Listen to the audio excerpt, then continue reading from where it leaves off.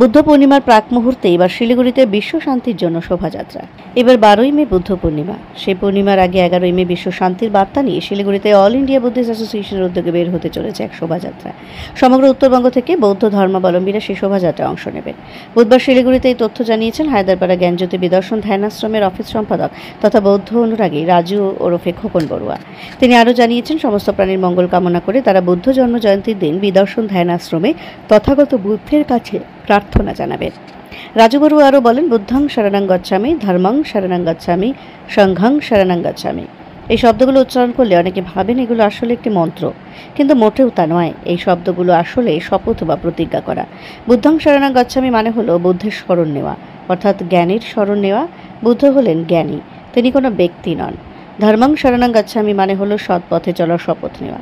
ধর্ম মানে হলো সততা এবং সকলের মঙ্গল কামনা করে কাজ করা। মেনে চলা গৌতম বুদ্ধের পঞ্চশীল তত্ত্ব, অর্থাৎ চুরি না করা, মিথ্যা কথা না বলা, ব্যভিচার না করা, হিংসা না করা, নেশা জাতীয় দ্রব্য গ্রহণ না করা। এই পঞ্চশীল নীতি সবাই হৃদয় দিয়ে গ্রহণ করলে হানাহানি, অরাজকতা, দুর্নীতি সব নির্মূল হয়ে যাবে। সংঘং শরণং গচ্ছামি মানে হলো সবাই আমরা সংঘবদ্ধভাবে থাকার শপথ গ্রহণ করি। সংঘবদ্ধভাবে থাকা মানে হিন্দু, মুসলিম, খ্রিস্টান, জৈন, শিখ, বৌদ্ধ সবাই মিলেমিশে বাস করা। নমস্কার, নমো বুদ্ধায়, জয় ভীম। আমি শ্রী রাজু বড়ুয়া ওরফে খোকন, হায়দ্রাপাড়া নিবাসী। প্রতি বছরের ন্যায় এবারও 2569তম বুদ্ধ জয়ন্তী উৎসব পালন হচ্ছে সারা বিশ্বে। সেই উপলক্ষে হায়দ্রাপাড়া জ্ঞানজ্যোতি বিদর্শন ধ্যান আশ্রমও আমরা সারাদিন ব্যাপী নানা অনুষ্ঠানের মধ্যে পালিত হবে। সর্বজীবের কল্যাণের জন্য, সর্বজীবের শান্তির জন্য শান্তির বার্তা আমরা দেব এবং আমরা তথাগতের কাছে প্রার্থনা করব বিশ্ব শান্তির উদ্দেশ্যে। সেই উপলক্ষে আগামী 11ই মে রবিবার অল বুদ্ধিস্ট অ্যাসোসিয়েশনের ব্যানারে সমস্ত উত্তরবঙ্গবাসী আমরা শিলিগুড়ির মধ্যে একটি শান্তির উদ্দেশ্যে র্যালি করতে যাচ্ছি। বুদ্ধ পূর্ণিমা উপলক্ষকে উদ্দেশ্য করে বিশ্ব শান্তির উদ্দেশ্যে এবং সকলে শান্তি বজায় রাখার জন্য আমরা একটা র্যালি করতে যাচ্ছি। আমরা বলে থাকি, বৌদ্ধরা সাধারণত আমরা বলে থাকি বুদ্ধাং শরণং গচ্ছামি, ধম্মাং শরণং গচ্ছামি, সংঘাং শরণং গচ্ছামি। আমরা অনেকেই মনে করি এটা একটি বৌদ্ধ মন্ত্র, এটি একটি বৌদ্ধ মন্ত্র, কিন্তু এটা অ্যাকচুয়ালি মন্ত্র নয়। এটি হচ্ছে একটি শপথ, প্রতিজ্ঞা করা। বুদ্ধাং শরণং গচ্ছামি, দ্যাট মিনস বুদ্ধের শরণ নেওয়া। বুদ্ধ কোনো ব্যক্তি নয়, বুদ্ধ তাকে বলা হয় যিনি জ্ঞানী। আমরা জ্ঞানের শরণ নিচ্ছি, যিনি জ্ঞানী তার শরণ নিচ্ছি, তার কাছে প্রতিজ্ঞা করছি।